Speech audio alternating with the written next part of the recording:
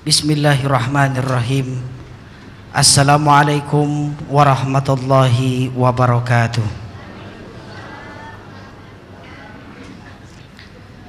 Alhamdulillah. Innal hamdalillahi nahmaduhu wa nasta'inuhu wa nastaghfiruh wa na'udzu billahi min shururi anfusina wa min sayyiati a'malina may yahdihillahu fala mudhillalah wa may yudlil fala hadiyalah. Amma ba'du. Hadirin jamaah Masjid Agung Sunda Kelapa yang sama-sama dimuliakan Allah Subhanahu wa taala. Alhamdulillah, pada kesempatan yang sama di majelis yang sama-sama dicintai Allah Subhanahu wa taala, kita kembali berjumpa dalam keadaan sehat wal afiah. Semoga rangkaian ibadah yang telah kita laksanakan, baik ibadah salat maghrib berjamaah berikut dengan doa, semoga Allah Subhanahu wa taala menerimanya. Amin ya rabbal alamin.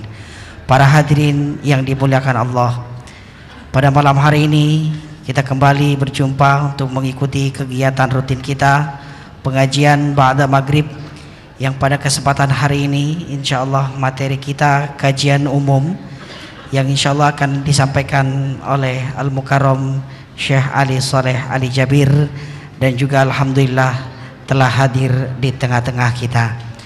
Untuk itu para hadirin, para jamaah sekalian, marilah sama-sama kita awali dan kita buka kajian kita dengan sama-sama membaca ummul kitab suratul Fatihah, memohon keridhaan dari Allah Subhanahu wa taala dan juga keberkahan serta kemudahan dalam menerima ilmu agama yang disampaikan oleh guru kita.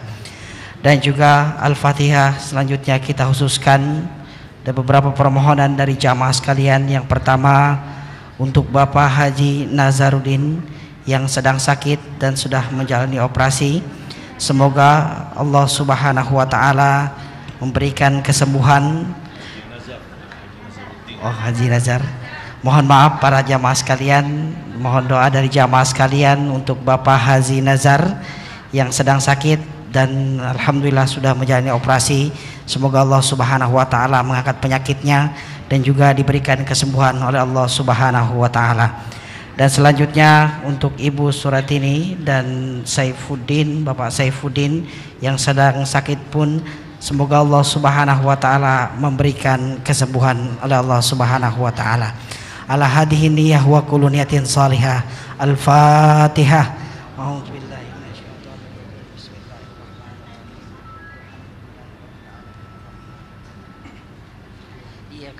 Iyyaka nasta'in ihdinas siratal mustaqim siratal ladzina an'amta 'alaihim ghairil maghdubi 'alaihim waladdallin. Amin. Amin amin ya rabbal alamin. Selanjutnya para hadirin, para jamaah sekalian, sebelum kita mendengarkan kajian kita pada malam hari ini, ada satu informasi yang dapat kami sampaikan. Kembali kami ingatkan dan kami mengundang kepada para jamaah sekalian untuk kegiatan itikaf rutin bulanan Masjid Agung Sunda Kelapa pada bulan Desember nanti, insya Allah akan diadakan pada malam Ahad 1 dan 2 Desember 2012. Acara itikaf insya Allah akan dimulai pada pukul 9 malam sampai dengan selesai ibadah kuliah duha pada Ahad paginya. Adapun untuk penceramah itikaf, insya Allah yang pertama Kiai Haji Saifuddin Amsir MA dan yang kedua Kiai Haji Mizan Sya'rani MA. Untuk itu kami mengundang kepada para jamaah sekalian untuk dapat hadir dalam acara itikaf rutin bulanan Masjid Agung Sunda Kelapa. Dan selanjutnya yaitu kajian umum. Insyaallah kita akan mendengarkan kajian umum yang langsung akan disampaikan oleh Al-Mukarram Syekh Ali Saleh Ali Jabir. Kepadanya dengan segala hormat dipersilakan. Bismillahirrahmanirrahim. Assalamualaikum warahmatullahi wabarakatuh. Alhamdulillahi rabbil alamin. Wa ashhadu an la ilaha illallah wahdahu la syarika lahu waliyus salihin. Wa ashhadu anna sayyidana wa nabiyyana Muhammadan abdullahi wa rasuluhu as-sadiqul amin. Allahumma salli wa sallim wa barik ala sayyidina Muhammad وعلى آله وصحبه ومن تبعهم بإحسان إلى يوم الدين. Subhanaka la ilma lana illa ma 'allamtana innaka antal alimul hakim. Maha suci Allah, saya tidak mempunyai ilmu apa-apa, hanya saja apa yang diberikan oleh Allah Subhanahu wa ta'ala. Segala sesuatu yang kita miliki sesungguhnya milik Allah. Oleh karena itu jangan anda sedih atas kehilangan dan kekurangan sesuatu, karena semuanya dari Allah dan kembali kepada Allah Subhanahu wa ta'ala. La haula wa la quwwata illa billahil aliyil azim. Para jamaah sekalian, jamaah Masjid Agung Sunda Kelapa, bapak-bapak, ibu-ibu yang semoga dimuliakan dan diberkahi Allah Subhanahu wa ta'ala. Baru saja kami bagikan brosur. Yang belum dapat boleh nanti habis salat di belakang ada yang bagikan.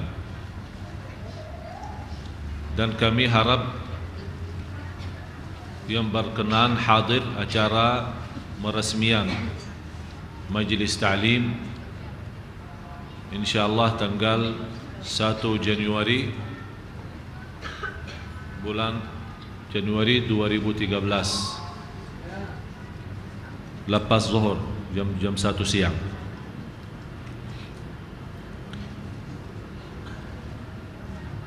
Dan karena aktivitas semua kumpulan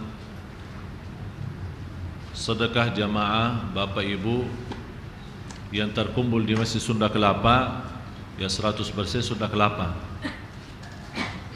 Oleh karena itu di luar kota amal Sunda Kelapa yang berkenan membantu dakwah dan aktivitas majlis ta'lim kami ke depan, itu ya insyaallah disalurkan lewat apa yang saya sudah sampaikan di brosur. Dan saya harap juga diinfokan saat ada bantuan dari siapapun, tolong diinfokan, ada nomor yang sudah ada. Boleh kalau lewat SMS ke nomor pribadi saya 08788 40 340 346 08788 40 40 346. Tapi di SMS, jangan telepon. Termasuk pertanyaan, insyaallah kita akan buka kesempatan lewat majlis ta'lim kita, insyaallah tanya jawab.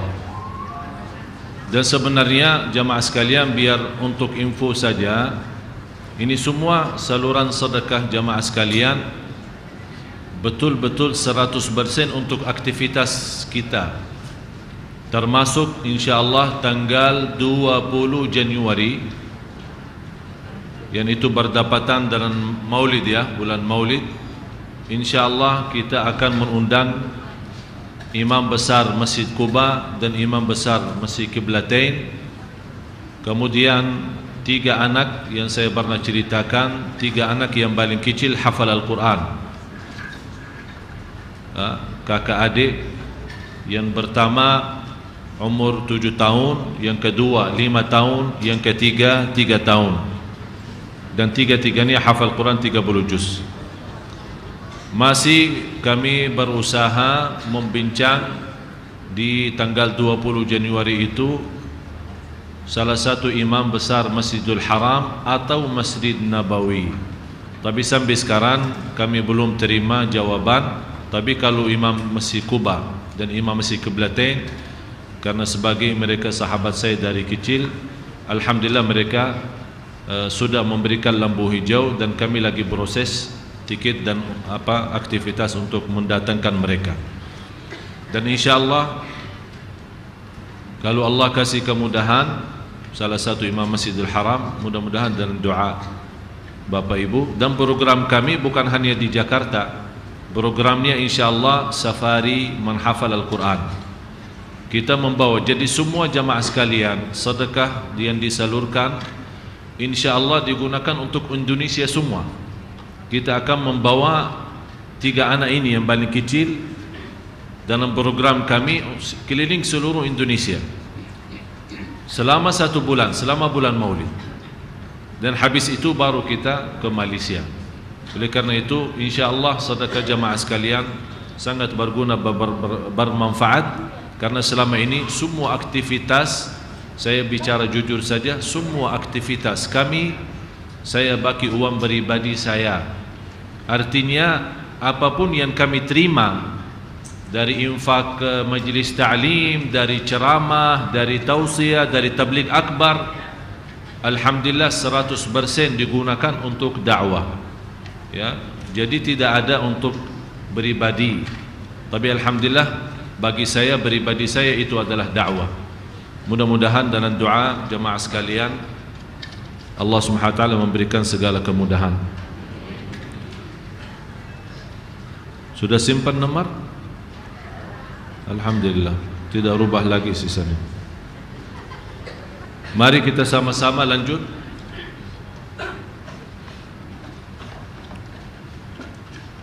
Masih kita membahas ciri-ciri hari kiamat.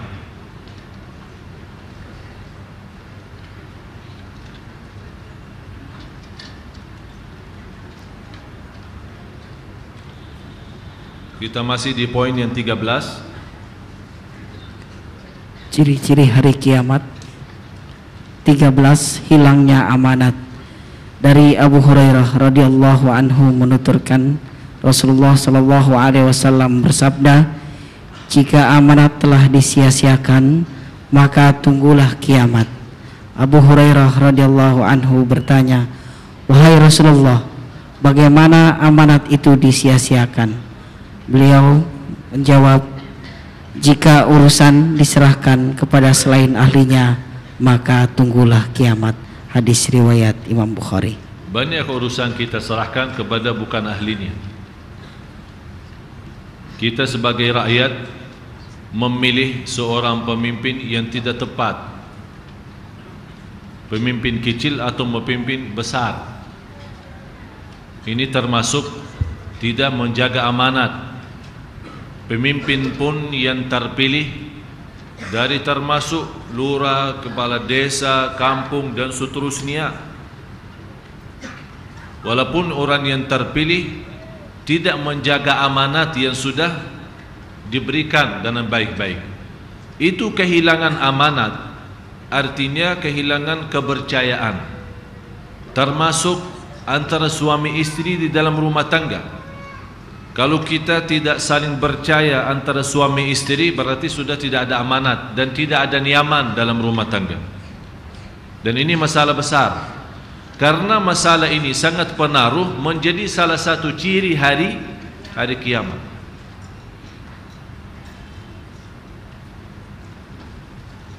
Apalagi kita menamanahkan orang yang menjadi pemimpin dalam agama kita.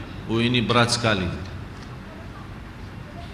Selama saya di Indonesia, saya selalu berkata, gampang jadi ustaz, gampang jadi kiai. Ini masalah, harus kita betul-betul menjaga bagaimana cara solusinya. Apalagi jamaah sekalian, yang perlu kita jaga saat kita bertanya, harus kita betul tahu di mana mau bertanya. Sering kita menerima laporan daripada jamaah, mendapatkan belajaran dari Ustaz A, Ustaz B, Ustaz C, tapi sayang sekali belajaran yang dia dapat bukan malah benar, malah menyesatkan. Sampai ada berkata-kata ini boleh atau hal-hal tak boleh dibolehkan, atau hal yang boleh tidak dibolehkan. Ini bermasalah, karena yang kita tanyakan ustaz itu sebenarnya bukan ahlinya. Apalagi dalam soalan fikih, yang semestinya kalau seorang ustaz yang sudah berani berdakwah, sudah berani memimpin majlis ta'lim, apalagi dalam bidang fikih, minimal dia mengerti perbedaan mazhab. Itu minimal. Artinya bukan hanya dia faham mazhab Syafi'i, dia faham Syafi'i, Hanafi, Hambali, Hanafi, Maliki. Dan saat dia menyampaikan kepada jamaah, karena jamaah di Indonesia mengikuti mazhab Imam Syafi'i, berarti dia memberikan ilmunya sesuai mazhab Imam Syafi'i. Jadi jamaah sekalian, hati-hati saat bertanya soal agama. Apalagi orang yang sering, ini satu tradisi kebiasaan di Indonesia, sering selalu minta amalan. Saya selalu menerima SMS, menerima BB atau email, ini tolong kasih saya amalan. Saya kalau balas, jagalah salatnya baik-baik, itu namanya amalan. Tidak, saya mau amalan. Terus apa maksudnya? Udah, saya kasih zikir sebanyak-banyaknya. Ada zikir tertentu? Udah, saya kasih zikir yang tertentu. Ada jumlah tertentu? Jadi seolah-olah ini kesenangan, mohon maaf ya, kesenangan Indonesia kalau kita berkata amalan baca 4444 qul huwallahu ahad, itu dianggap amalan. Padahal tidak ada dasar itu, tidak ada Quran. Mau baca qul huwallahu ahad sebanyak-banyaknya, banyak, biar sejuta boleh, silakan. Tapi jangan dibatasi. Kalau mau dibatasi, mesti ada hadisnya. Apa yang boleh dibatasi qul huwallahu ahad? Ada hadisnya. Rasulullah SAW bersabda, barang siapa yang baca qul huwallahu ahad dalam satu hari 10 kali dapat rumah di dalam surga. Hadis sahih. Berarti ini kan sudah dibatasi. Kalau kita mau batasi sampai 10, berarti sudah dibenarkan oleh Rasulullah SAW. Di luar itu tidak boleh, bebas. Bukan tidak boleh banyak-banyak, malah justru banyak zikir itu baik. Karena Allah berfirman, ya ayyuhalladzina amanu dzkurullaha dzikran katsira. Berzikirlah sebanyak-banyaknya.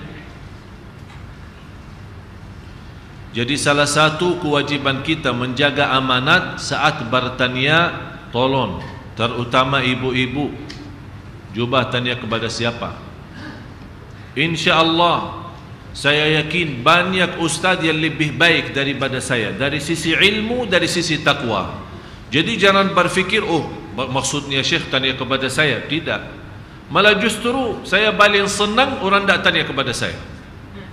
Kenapa? Karena saya tahu jawaban saya kepada orang yang bertanya, saya akan bertanggung jawab di hadapan Allah hari kiamat. Oleh karena itu saya tak senang. Apalagi bersoalan yang ruwet, masalah soalan suami istri sudah ada protes atau marah di rumah, kemudian suaminya pulang atau pergi, hilang sekian lama, tidak dinafkahi, tidak apa-apa macam-macam. Oh maaf, cari ustaz lain yang jawab, saya tidak mau jawab. Karena serba salah, kalau kita jawab tidak jatuh talak, ya salah. Kalau kita jawab jatuh talak, berarti kita bacahin satu keluarga. Berarti jamaah sekalian, ini urusan tanya jawab, apalagi dalam bersoalan yang bukan fikih, ya, soalan sehari-hari yang kita hadapi, apalagi dalam usaha, dalam bisnis. Ini sangat luar biasa. Seperti ada seorang bertanya kepada saya, hamil di luar nikah. Dapat tahu seorang dari luar negeri, dapat lo sebut negara, dari luar negeri, kayaknya sama-sama suka, akhirnya hamil, dijanjikan mau nikah, begitu dia dengar yang perempuan hamil, yang orang itu larikan diri. Ini kan masalah. Sekarang dia bertanya, solusinya apa? Saya mau nikah dengan orang Indonesia, tapi saya tidak mau cerita saya hamil. Untuk niatnya apa? Untuk menutupi aib. Ini kan ini sebenarnya memang aib ya. Tapi rezekinya banyak, masalahnya banyak, mengakibatkan banyak masalah. Kalau menutupi persoalan seperti ini, seandainya nikah, ada seorang sujud, tambah dia tahu sudah nikah, tiba-tiba istri ini bilang, oh kabar berita baik, kabar gembira, saya hamil, oh senang suaminya, besok-besok melahirkan, atas nama siapa? Atas nama orang Indonesia. Ini masalah ada kaitan warisan, turunan, bermacam-macam. Ini dosanya luar biasa. Saya tekankan kepada dia, mohon maaf, anda sudah tahu diri salah, mudah-mudahan diampuni Allah, tapi jangan membangun salah di atas salah. Mesti beritahu. Dan tidak boleh menerima pernikahan selama hamil. Itu namanya masih iddah. Kalau kita memang sudah terhitung sebagai iddah, walaupun bukan namanya iddah, tapi tak boleh orang nikah sama orang hamil. Ini terus larinya anak itu kepada siapa? Ini karena tidak mengerti agama, berat. Begitu saya menjelaskan solusinya, dia bilang terus, saya dah enak, saya malu kalau saya cerita. Oh, mohon maaf, saya bukan ustaz yang memberikan jawaban sesuai karena ibu malu. Itu jawaban saya. Kalau mau cari yang lain silahkan, saya tak mau tanggung jawab. Oleh karena itu, hati-hati dalam urusan agama, warisan, keluarga, turunan, hal-hal yang barangkali kita belum tahu penjelasannya di dalam Quran dan hadis. Harus betul-betul tahu, bertanya kepada seorang, bukan hanya ilmunya, ulama yang ilmunya benar-benar baik dan orangnya takwa. Ini yang diperlukan. Karena saat orang ulama yang ditanyakan, kalau dia orang sendiri bertakwa, pasti dia tidak akan macam-macam saat jawabannya. Malah saya pernah ikuti satu majlis, ini di depan mata saya. Satu majlis, ada seorang ibu bertanya kepada seorang ustaz, sepertinya dia belum kenal saya, dia kenal sama. Tapi saya, alhamdulillah, saya dalam hati saya, alhamdulillah dia lari ke ustaz lain, bukan ke saya tanya. Terus dia bertanya, ustaznya pertama bingung gitu, kemudian jawab. Saya kaget. Ibu itu sudah pulang. Saya bertanya sama, antum jawab apa ustaz? Kenapa salah? Ya salah. Terus, udah enak saya bilang tak tahu. Aduh, ini masalah lagi. Ustaznya tidak enak bilang saya tidak tahu. Malu sama orang dianggap ustaz tidak tahu, tapi tidak malu sama. Ya Allah, masalah besar ini. Inilah yang namanya amanat. Apalagi di bidang agama, kita mendorong seorang jadi ustaz, atau kita sudah akui seorang menjadi ulama atau ustaz, tapi sebenarnya dia bukan ahlinya, bukan bidangnya.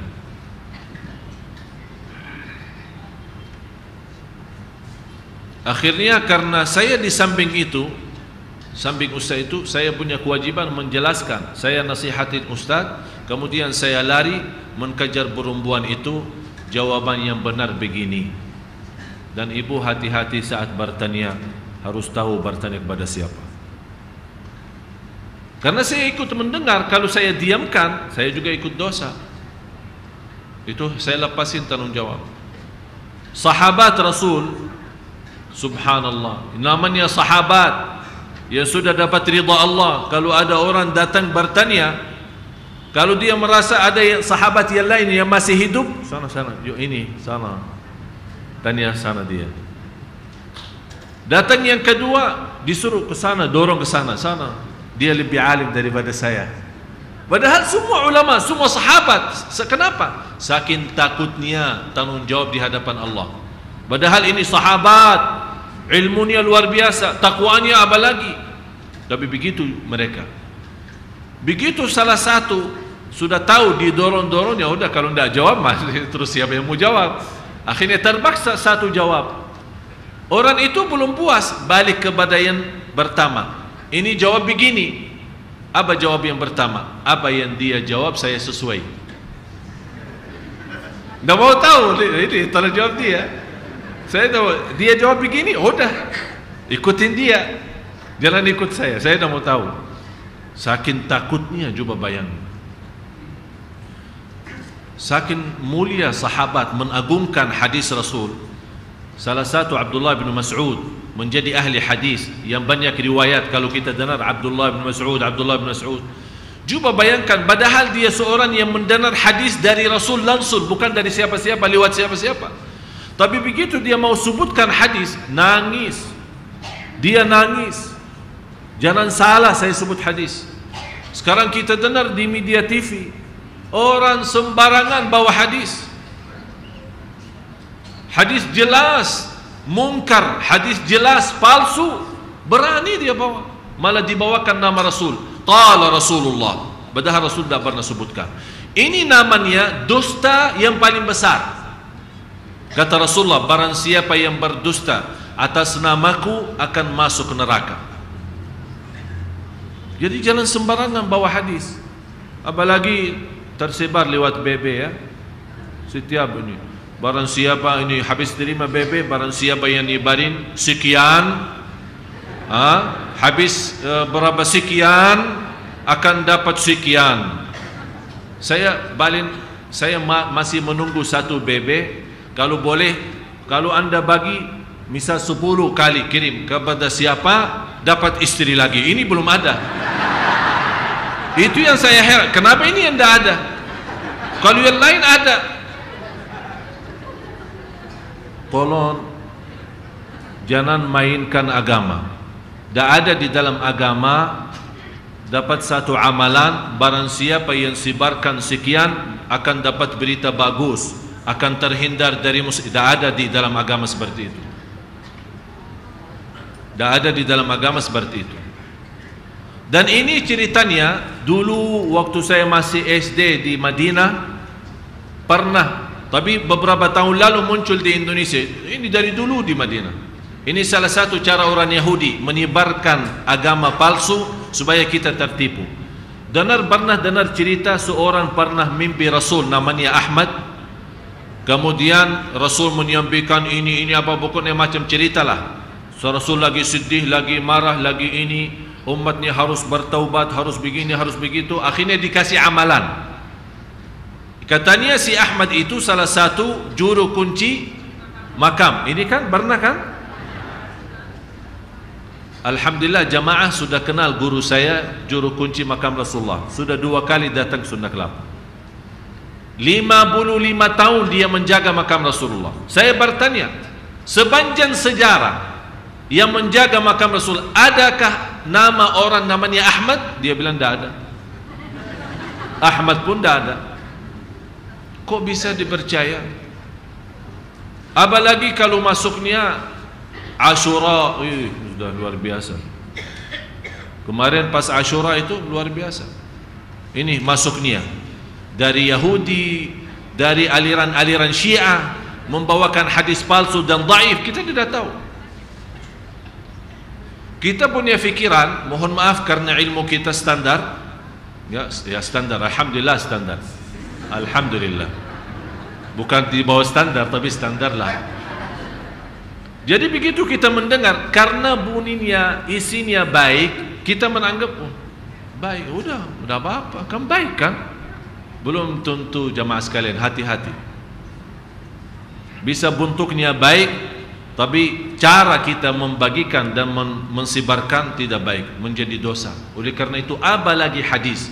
Jadi saya tolong, salah satu kewajiban kita menjaga amanat adalah amanat agama. Setiap anda menerima hadis lewat SMS atau BB disuruh sebarkan, jangan dulu. Biarpun tertulis dalam hadis, itu di belakang rawahul Imamul Bukhari. Kita semua ahlus sunnah wal jamaah, kalau ada hadis riwayat Imam Bukhari sudah sahih, sudah jelas, tidak palsu, tidak ada sedikit pun syubhat, tidak ada keraguan. Tapi saya pernah menerima satu BB, orang bawa hadis riwayat Bukhari dan Muslim.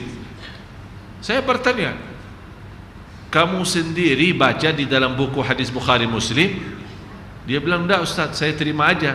Terus habis terima, ya sebarin. Hati-hati.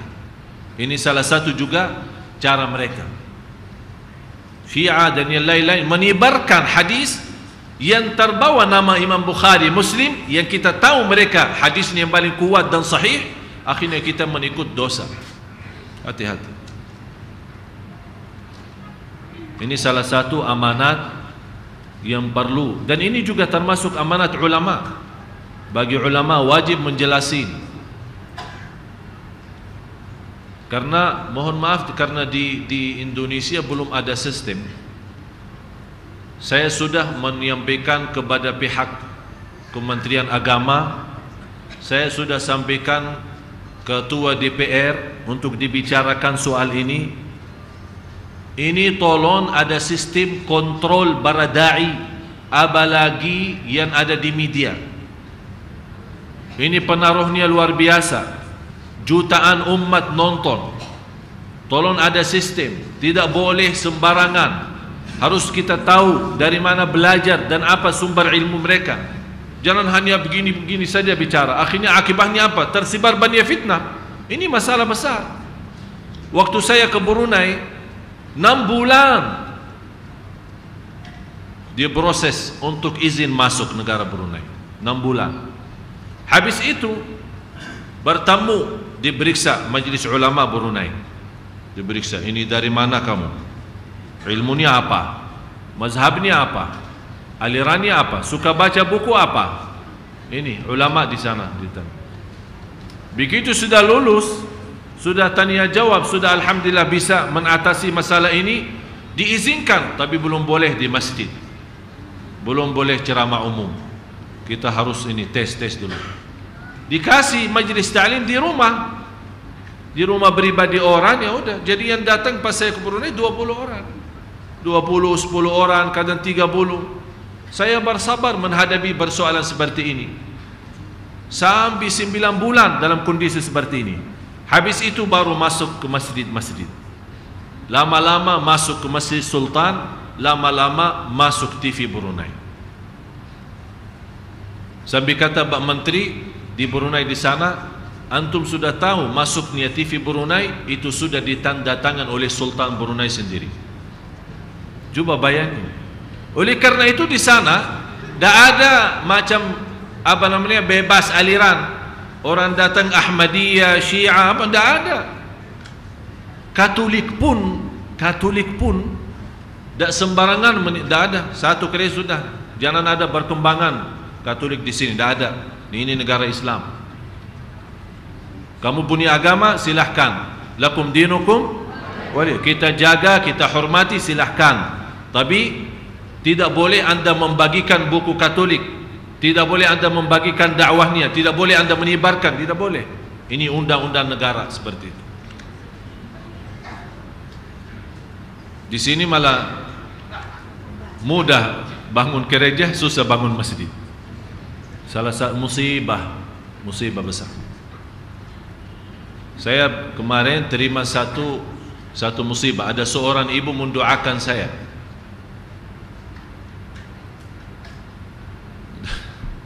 Allahu Akbar.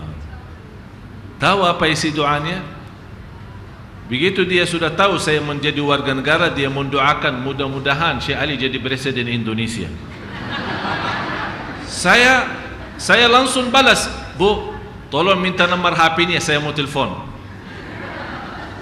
Begitu dia saya bagi teleponnya, saya telepon dia. Kamu begitu cara doa untuk saya? Kamu mau saya masuk neraka? Kalau mau berdoa celaka seorang atau susahin seorang, doakan jadi presiden. Ini bukan doa baik. Minta yang terbaik. Astagfirullah, mau jadi presiden langsung a'udzubillah.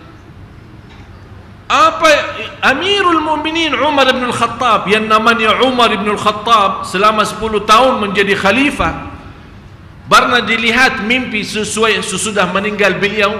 Abdullah bin Umar anaknya melihat mimpi. Melihat mimpi habis ayahnya meninggal 10 tahun. Ayahnya meninggal.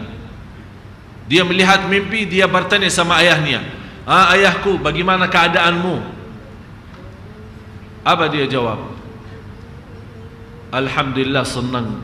Tapi begitu saya menjadi khalifah selama 10 tahun, sampai sekarang belum selesai hisab. selama 10 tahun dikubur ditanya soal pimpinannya. Padahal kalau kita baca dalam sejarah, Amirul Mukminin Umar khalifah yang paling adil. Sampai binatang pun tak berani serangi serigala serangi kambing atau tidak ada, saking adil. Cuba bayangin. Doakan jadi beresek. Tolong jaga amanat. Saya yakin insyaAllah di negara ini ada banyak yang lebih baik dan ada banyak yang lebih takwa dan lebih yang menjadi juri yang menjadi juri untuk mentes anak-anak kita ini. Mereka tidak mengerti apa yang disampaikan. Pokoknya bagus, luar biasa cara kamu. Tapi ayat yang dia bawa, dia faham enggak? Hadis saya sendiri dengar hadis munkar, bukan dhaif lagi. Kalau dhaif masih boleh kita pakai. Munkar. Dia ditegur. Ya bagaimana dia tegur? Dia dah tahu hadisnya. Ini juga masalah. Ini perlu diperbaiki karena kita tidak mau besok-besok anak kita menjadi dai tapi semua hadisnya yang dia bawa palsu, tidak benar. Apa gunanya? Ini bukan memperbaiki umat, malah justru merusak umat. Oleh karena itu musuh Islam kalau melihat acara seperti ini dibiarkan. Kenapa dibiarkan? Karena mereka tahu ilmunya macam-macam lah, campuran aduk, biarin aja lah. Tapi begitu dia mendapatkan seorang anak yang berdasar ilmu benar, dia takut. Jangan sampai ini maju, awas, ini hati-hati. Kalau seperti anak ini, kalau dia sudah anak kita semua memiliki ilmu, bacaan benar, hadis banyak yang dia hafal, kemudian dia maju, ini negara bisa rubah jadi lebih baik. Mereka tidak mau. Biar yang maju yang bodoh. Akhirnya apa yang terjadi? Terhina ilmu dan diagungkan orang yang bodoh. Ini salah satu. Ini sudah yang kita hadapi sekarang. Menjadi salah satu ciri. Dan di hadis Imam Ahmad dalam musnadnya, kata Rasulullah, yang paling aku khawatirkan, akhwafu ma akhafu ala ummati ulama as-su. Yang paling aku khawatirkan terhadap umatku, coba lihat. Kata Rasul, saya tidak takut umatku susah, saya tidak khawatir umatku miskin. Tapi yang saya yang paling takuti adalah ulama yang merusakkan. Bawa nama ulama, tapi sebenarnya bukan memperbaiki, tapi menghancurkan, menyesatkan. Karena ilmu mereka dari mana? Internet. Sebagaimana saya tanya seorang ustaz, dari mana kamu dapat dalil ini? Dari internet. Oh, jadi guru ente internet. Wala haula wa quwwata illa billah. Azan. Terus coba ini salah satu peristiwa yang diceritakan oleh Rasulullah. Kadang-kadang orang salah faham masalah ilmu. Bukan kehilangan ilmu dari muka bumi. Saya yakin Bapak Ibu mengertilah. Istilahnya mengerti kewajibannya, mengerti soal salat 5 waktu. Tapi yang paling musibah, yang paling besar yang dihadapi oleh umat adalah meninggalnya ulama. Ulama yang benar. Kalau kita di Indonesia kan sering mendengar ulama-ulama kita dulu ya, Hamka dan ulama-ulama yang betul-betul memiliki sejarah dan perjuangan luar biasa. Inilah kehilangan ulama seperti mereka merugikan besar bagi umat. Tapi kalau ulama meninggal hidup sama aja, tidak ada gunanya, sama aja. Tapi ini yang penaruh ulama yang benar-benar punya takwa dan punya ilmu dan sangat berguna bagi umat. Begitu beliau meninggal, membuat kerugian sangat besar bagi umat. Inilah menjadi ini yang disebut di dalam hadis Imam Bukhari dan Muslim. azan, nanti habis azan kita baca hadis ini.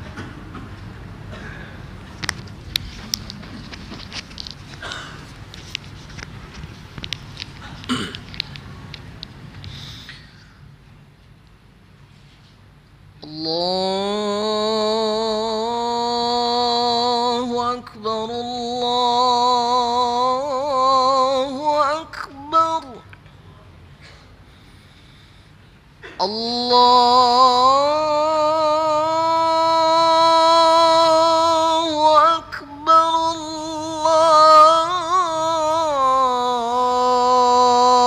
Allahu Akbar. Asyhadu an la ilaha illallah.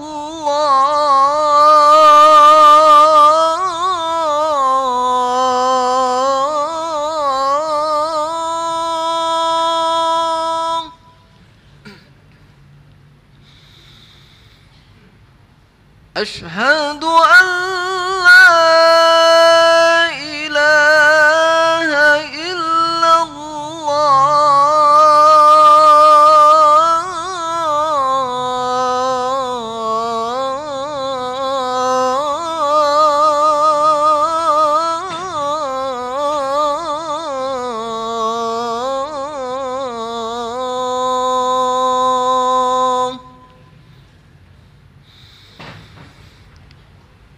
Asyhadu anna Muhammadar Rasulullah.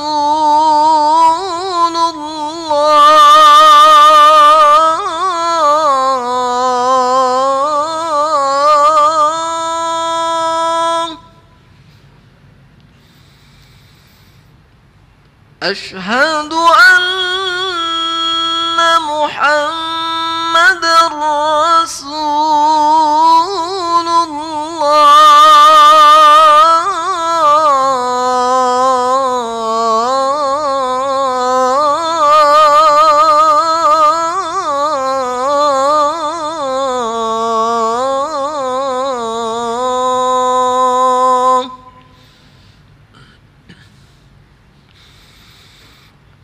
Hayya 'alas salah.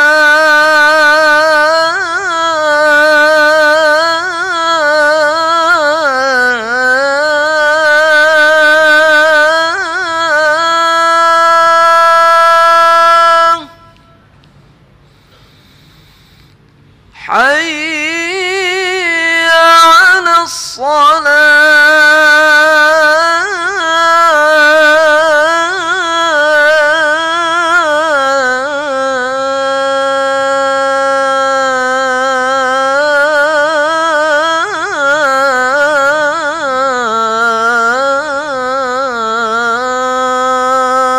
Seorang ustaz atau kita ikuti majlis seorang ustaz, ada tambahan ilmu. Jadi kita lebih mengenal Allah, lebih tahu terhadap agama. Kemudian kita merasa alhamdulillah dari sisi iman alhamdulillah lebih baik. Ini yang perlu kita jaga. Bukan ulama atau ustaz yang begitu kita datangi majlisnya malah ketawa sampai selesai. Kalau kita bertanya apa yang kita dapat, dah tahu. Pokoknya bagus. Apa yang bagus? Ketawanya, bukan ilmunya. Ini yang perlu kita jaga. Saya mendapatkan banyak belajaran sebenarnya bukan karena belajar dari ulama, tapi karena saya suka temani ulama. Kenapa kelebihan temani sama belajar? Temani ulama, kita melihat tingkah lakunya setiap hari, hari-harinya. Cara salat mereka, cara wudhu mereka, cara salat malam mereka, cara mereka menghabiskan waktu dan tenaga untuk belajar. Saya punya salah satu guru, setiap hari dalam 24 jam hanya tidur 2 jam. 2 jam. Makan sehari, hanya sekali makan sehari.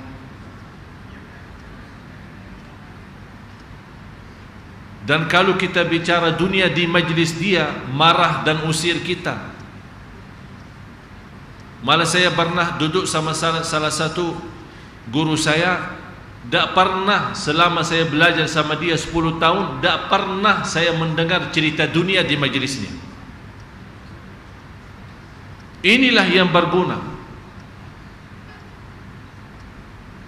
Apalagi mau mendekati ulama ini, mau mendekati dari para pejabat, tak pernah, karena mereka tidak ada kemaslahatan dunia sama sekali.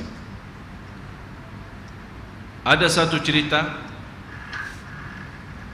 seorang dari keluarga raja mengirimkan surat untuk guru saya datang ke majlisnya. Guru saya tolak. Dia sampaikan kepada orang yang menentar solat, mohon maaf, saya tidak bisa hadir. Sampai berkali-kali, akhirnya keluarga raja ini sendiri dia turun dan datang ke ulama, ke rumahnya. Begitu dia datang, beliau, kita lagi duduk ini, beliau sedang menyampaikan majlis ilmu, ya, majlis kita seperti ini. Begitu beliau datang dan diresponi,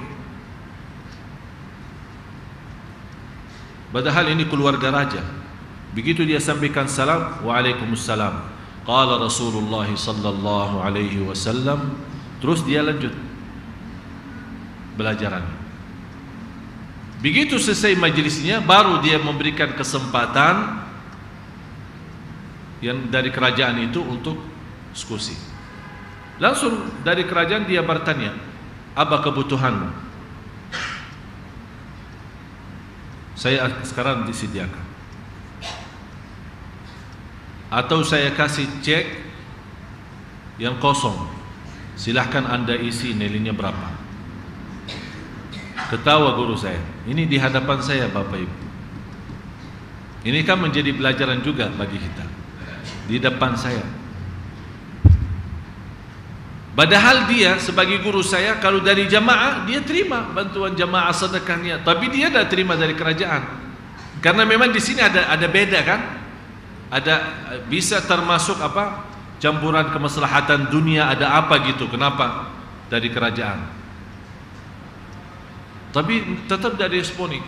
Habis itu dari keluarga raja berkata,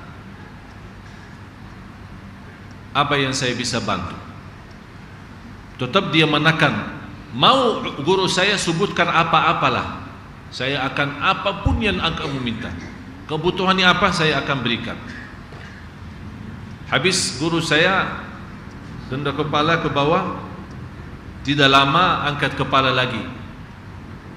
Antum betul mau bantu saya? Ikhlas, betul, demi Allah ana mau bantu. Tidak ada kemaslahatan. Begini saja, kalau antum benar-benar mau bantu anak, jangan datang lagi ke majlis ilmu anak. Siapa yang berani seperti itu? Kecuali ulama yang benar-benar lahir batin lillah, tidak ada hubungan. Inilah ulama yang seperti ini, kalau mereka meninggal dunia, membuat bocor besar di lapangan umat atau di kalangan umat Islam. Kalau kita melihat, sudah Bapak Ibu tahu, apalagi sudah mendekati pemilu, apa yang terjadi. Tidak perlu saya bahas. Terus baca hadisnya ini. Yang dimaksud dengan diangkatnya ilmu adalah diwafatkannya para ulama. Sebagian riwayat dalam hadis Abdullah bin Amr bin As radhiyallahu anhuma bertutur, aku mendengar Rasulullah sallallahu alaihi wasallam bersabda, sesungguhnya Allah tidak mencabut ilmu langsung dari para hamba, tetapi mencabut ilmu dengan mewafatkan para ulama. Jadi Allah tidak mengangkat ilmunya, tapi meninggalnya ulama itu sudah namanya kehilangan ilmu yang kita butuhkan. Terus, sehingga ketika tidak tersisa lagi seorang alim, maka manusia akan menjadi orang-orang bodoh sebagai pemimpin. Lalu mereka ditanya, kemudian mereka akan memberikan fatwa tanpa ilmu, maka mereka sesat lagi menyesatkan orang lain. Jadi Hadis bukan riwayat hanya mereka sesat sendiri karena dia sudah menjadi seorang ustaz tambah ilmu padahal dia sendiri bodoh. Ini bukan hanya dia sendiri sesat, malah dia mengakibatkan menyesatkan orang lain. Inilah subhanallah apa yang diceritakan oleh Rasul di hadis ini, sepertinya seolah-olah Rasul ada sekarang sama kita. Ini betul persis yang tergambar. Oleh karena itu saya ulangi lagi, Bapak Ibu, belajar ilmu yang benar dari sumber yang benar. Walaupun saya, mohon maaf, walaupun saya dari Madinah dianggap apa-apa, saya terima kasih dihormati, terima kasih diagungkan, terima kasih disayangi dan dicintai, terima kasih banyak. Semoga Allah balas. Tapi kalau saya menyampaikan sesuatu yang tidak sesuai Quran dan Sunnah, saya mohon ditolak. Karena saya manusia, bukan ulama yang maksum. Apalagi belum sampai kepada lingkungan ulama, saya masih di bawah sekali. Sama-sama kita belajar. Oleh karena itu salah satu perjuangan kami lewat yayasan ini. Kenapa saya bilang Yayasan Syekh Ali Jabir? Biar ini ceritanya, biar Bapak Ibu tahu, Yayasan Syekh Ali Jabir sebenarnya bukan nama saya. Ini kan dikenal di Indonesia nama saya Ali Jabir kan? Tapi yang saya bawa di sini bukan nama saya, nama paman saya, Imam Besar Masjidil Haram almarhum. Salah satu yang menjadi saya menghafal Al-Quran dan saya berjuang untuk Al-Quran ini beliau. Sudah cukup lama jadi imam besar di Masjidil Haram, dan beliau begitu meninggal dunia, semua guru beliau yang saya sempat belajar dengan mereka merubahkan nama saya dari Ali Saleh menjadi Ali Jabir. Kenapa? Karena mereka mengharap karena satu keluarga, mudah-mudahan Ali Jabir yang kecil ini bisa menjadi seperti Ali Jabir yang besar. Itulah salah satu perjuangan. Jadi yayasan ini tujuannya karena paman saya almarhum, salah satu perjuangan yang menyebarkan kebenaran. Sampai beliau waktu itu selama di Masjidil Haram sampai ke Amerika dakwahnya, ke Kanada dan yang lain-lain. Itulah yang saya teruskan, mendatangkan, Allah Maha tahu apa yang kita hadapi. Sampai kita mendatangkan ustaz, ulama, dan insyaAllah salah satu program kami untuk bulan Ramadan bukan hanya untuk Sunda Kelapa saja, insyaAllah untuk banyak masjid. Sesuai kemampuan kita akan kita mendatangkan imam untuk memimpin jamaah masjid masing-masing tarawih. Karena tujuan kami kalau setiap kita mendatangkan imam dari Madinah mengimami jamaah, banyak manfaat. Di luar jamaah mendapatkan berkahnya, yang kedua mereka bisa belajar dari bacaan imam, dan bisa juga mentugaskan imam itu mengajar jamaah di masjid tersebut. Ini salah satu program kami ke depan. Jadi bukan hanya Sunda Kelapa, dan insyaAllah untuk Sunda Kelapa sudah saya janjikan ke Baaksa, insyaAllah bulan Ramadan yang akan datang saya bawakan tamu istimewa khusus, belum pernah ke sini. Dan mudah-mudahan beliau berkenan bisa 1 bulan. Tapi subhanallah kalau kita dengar suara beliau, orang yang salat di belakang tidak melihat muka beliau pasti berkata, demi Allah ini Syekh Sudes. Ibu saya pernah salat di belakang dia kok Sudes ada di sini? Saya bilang, oh, bukan Sudes, tapi ini salah satu orang yang suaranya subhanallah mirip sekali dengan Sudes.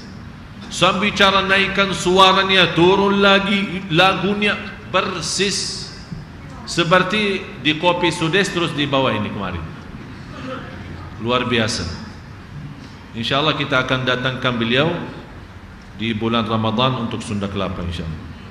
Ini semua perjuangan kami jamaah sekalian. Karena saya yakin selama kita berjuang untuk di jalan Allah, saya yakin Allah selalu bukakan jalan. Termasuk di pesantren yang kita rencanakan insya-Allah. Jadi tujuan saya bukan hanya pesantren, tapi insya-Allah mewujudkan salah satu universiti Islam. Pada nanti anak-anak kita pergi jauh-jauh ke Mesir dan ke Madinah, insya-Allah universiti Islam. Kita datang guru-guru Madinah sini kemari ngajar sini. Ini target saya.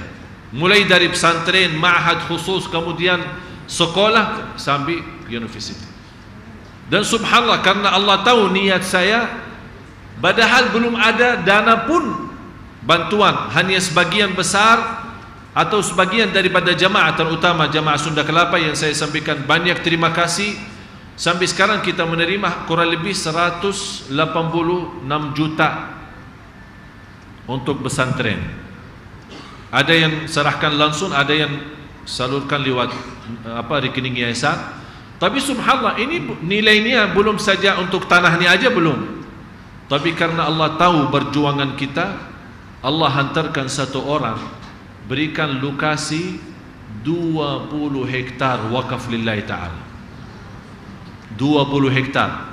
Lokasinya ditawarkan sama orang barat karena lokasinya di atas bukit, daerah sejuk, sangat dingin, menghadap laut lagi. Isu luar biasa. Jadi di Lombok. Tempatnya ini di Lombok. Kalau yang mau berkenan silahkan ke Lombok. Tapi insya-Allah jangan khawatir, Bapak Ibu. Saya bukan milih Lombok sembarangan. Saya ingin kalau saya mampu, insya-Allah setiap kota ada. Cuman kita bicara sesuai kemampuan kita. Dan insya-Allah setiap orang punya kemampuan. Saya kemarin pas saya isi di Bali, salah satu pesantren di Bali waktu acara TV One Damai Indonesiaku. Sampai gubernur Bali ikut nonton acara.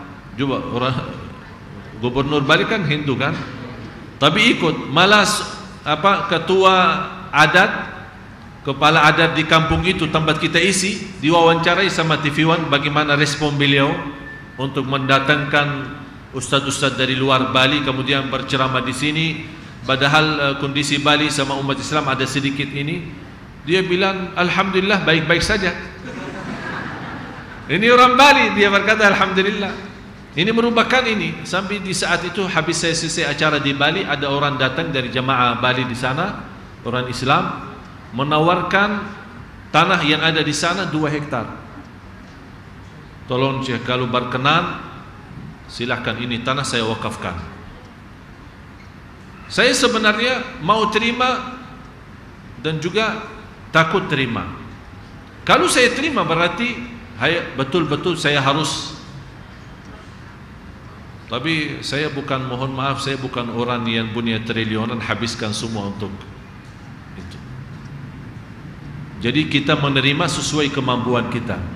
Itulah yang kita perjuangkan. Tapi saya fokus Lombok, Bima, Sumbawa, kemudian Bali. Karena sudah ada jamaah yang rencana mau wakafkan, insya-Allah kita akan buka kesempatan untuk mereka. Dan insya-Allah Bapak Ibu, kalau Allah berikan umur, insya-Allah 5 tahun ke depan Anda sendiri akan mendengar bagaimana perkembangan kita di Bali. Dan saya pernah berkata di salah satu khutbah di Bali, insya-Allah 30 tahun ke depan Bali menjadi pulau Islam 100%. Itu cita-cita saya. 30 tahun ke depan mudah-mudahan Allah masih berikan umur. Dan saya berkata itu di Bali, bukan di luar. Saya berkata itu di Bali. Dan cara saya berkata Bali akan menjadi Islam 100% 30 tahun ke depan. Bukan dibom, tidak. Tapi insya-Allah danan wama arsalnaka illa rahmatan lil alamin. Saya membuat gerakan dalam judul program Aku Cintamu Ya Rasulullah. Di antaranya kita sebarkan kedamaian, termasuk di Bali. Kita tunjukkan kebaikan umat Islam. Ini insyaAllah akan pengaruh. Dan sistem ini saya sudah berikan ke TV One kemarin. Alhamdulillah diresponi. Rencana mereka insyaAllah kalau ke Bali lagi, akan membuat program itu supaya mendekati dengan orang Bali, supaya hubungan kita dan mereka akan insyaAllah begitu selesai salat akan mendapatkan ini atau berita ini. Ini semuanya hal-hal yang tidak ada dasar. Hati-hati. Alhamdulillah di dalam agama kita banyak pelajaran yang perlu kita amalkan. Kenapa kita tinggalin yang benar, melari kepada yang tidak benar? Selesai dulu yang benar. Kalau masih ada sisa umur, boleh cari yang lain. Silakan. Dan saya yakin habis umur kita belum tentu selesai belajar ilmu, belum tentu kita menguasai agama secara keseluruhan. Ya ayyuhalladzina amanu dkhulu fis silmi kafah. Terakhir saya mohon Bapak Ibu doakan saya. Titip amanat. Terima enggak? Amanat. Ini salah satu ciri hari kiamat. Saya mohon setiap anda salat fardu, di luar salat fardu, sunnah, salat malam, lagi buka puasa, biar 1 menit saja khusus sebut nama saya, didoakan. Semoga ikhlas, tetap kuat lahir batin, tetap menjadi orang yang bertakwa, menjadi orang yang mulia di sisi Allah, dijauhkan dari segala bala musibah, istiqamah lahir batin.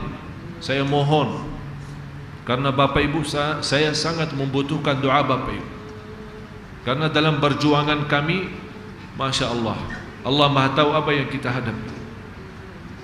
Jangan anda berfikir karena sering masuk TV, oh sudah ini luar biasa, malah tambah pusing.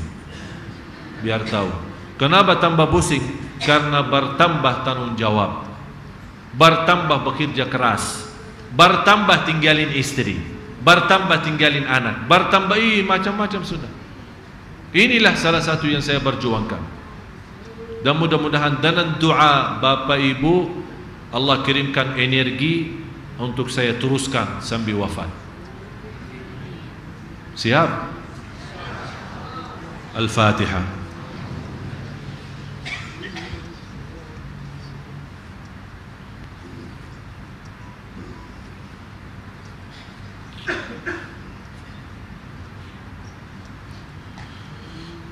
Bismillahirrahmanirrahim. Alhamdulillahi rabbil alamin. Allahumma salli ala sayyidina Muhammad wa ala ali sayyidina Muhammad. Ya Allah, ya Tuhan kami, ihdinas siratal mustaqim. Ya Allah, kami sangat membutuhkan petunjuk-Mu ya Allah, kepada jalan yang lurus, jalan yang benar, jalan Quran dan sunnah. Ya Allah, ya Arhamar Rahimin, hidupkanlah kami dalam keadaan iman, wafatkanlah kami dalam keadaan Islam, jadikanlah kami bersama orang salih hari kiamat. Ya Allah, jadikan segala pelajaran ilmu kami ilmu bermanfaat, ilmu berguna bagi kami, ilmu berguna bagi keluarga kami, ilmu berguna bagi kami dunia akhirat ya Rabbal Alamin, ilmu yang membawa kami selamat dunia akhirat ya Rabbal Alamin. Ya Allah, ya Arhamar Rahimin, berilah kepada kami ilmu bermanfaat, rizki yang barakah, umur yang panjang, sihat wal afiat, istiqamah atas Islam iman, dan istiqamah atas taat ya Rabbal Alamin. Ya Allah, aku mohon untuk semua jemaah yang hadir di malam ini, di antara kami yang sakit, sembuhkan penyakitnya, sihatkan badannya. Di antara kami yang keluarganya sedang sakit, ya Allah, sembuhkan ya Allah. Kun fayakun, berikan pakaian sehat wal afiat ya Dzal Jalali wal Ikram. Di antara kami ya Allah yang punya masalah dalam rumah tangga, ya Allah ya Arhamar Rahimin, bukakanlah hati mereka dan menurunkan kebahagiaan dan jadikan rumah tangga mereka sakinah mawaddah rahmah. Ya Allah, di antara kami yang belum berjodoh, ya Allah ya Arhamar Rahimin, ya Dzal Jalal wal Ikram, berilah ya jodohnya yang diinginkan, yang terbaik baginya dunia akhirat ya Rabbal Alamin.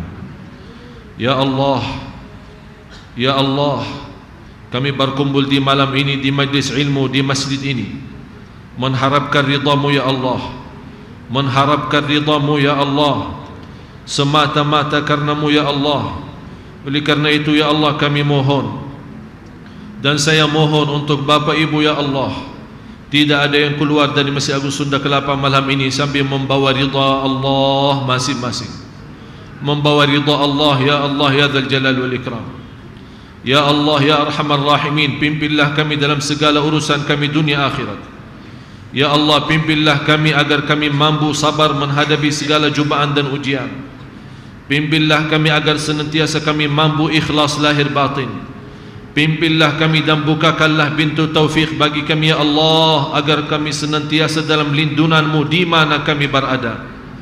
Ya Allah, berikan kemudahan ke tanah suci haji dan umrah ya Dzal Jalal wal Ikram. Di antara yang hadir yang ingin ke tanah suci ya Allah, tapi rezekinya belum bisa membawanya ya Allah. Ya Allah, dengan kekuasaan-Mu dan kekayaan-Mu dan segala kemudahan yang Engkau izinkan dan Engkau limpahkan ya Allah, berikan kemudahan ke tanah suci haji dan umrah dan ziarah Nabi Muhammad sallallahu alaihi wasallam. Ya Allah, jadikan kami semua ahlul Quran, hamba-Mu yang salih salihah, hamba-Mu yang salih salihah, yang selalu berguna bagi orang lain, yang senantiasa berguna bagi umat Islam ya Dzal Jalal wal Ikram. Ya Arhamar Rahimin, ya Allah, akhiri hayat kami dengan husnul khatimah, husnul khatimah, husnul khatimah. Rabbana ighfir lana wa liwalidina warhamhum kama rabbawna shighara, waghfir li jami'il muslimina wal muslimat wal mu'minina wal mu'minat al ahya'i minhum wal amwat innaka sami'un qaribun mujibud da'awat. Ya Allah, aku mohon dengan nama-Mu yang agung dan mulia untuk semua jamaah, selamatkan ya Allah dari neraka Jahannam.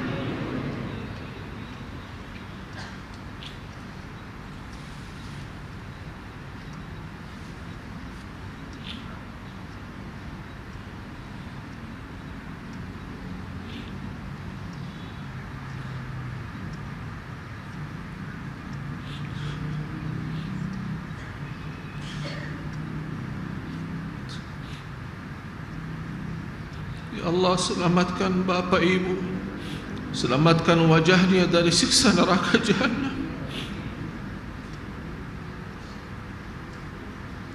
Karena badan kami tidak kuat tersiksa di neraka Jahannam.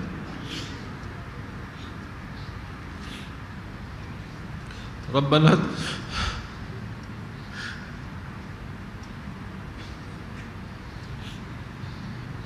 ربنا تقبل منا إنك أنت السميع العليم وتب علينا إنك أنت التواب الرحيم. ربنا آتنا في الدنيا حسنة وفي الآخرة حسنة وقنا عذاب النار. وصلى الله على سيدنا ونبينا محمد وعلى آله وصحبه وسلم. سبحان ربك رب العزة عما يصفون وسلام على المرسلين والحمد لله رب العالمين. آخر الكلام سبحانك اللهم وبحمدك أشهد أن لا إله إلا أنت أستغفرك وأتوب إليك. والسلام عليكم ورحمة الله وبركاته.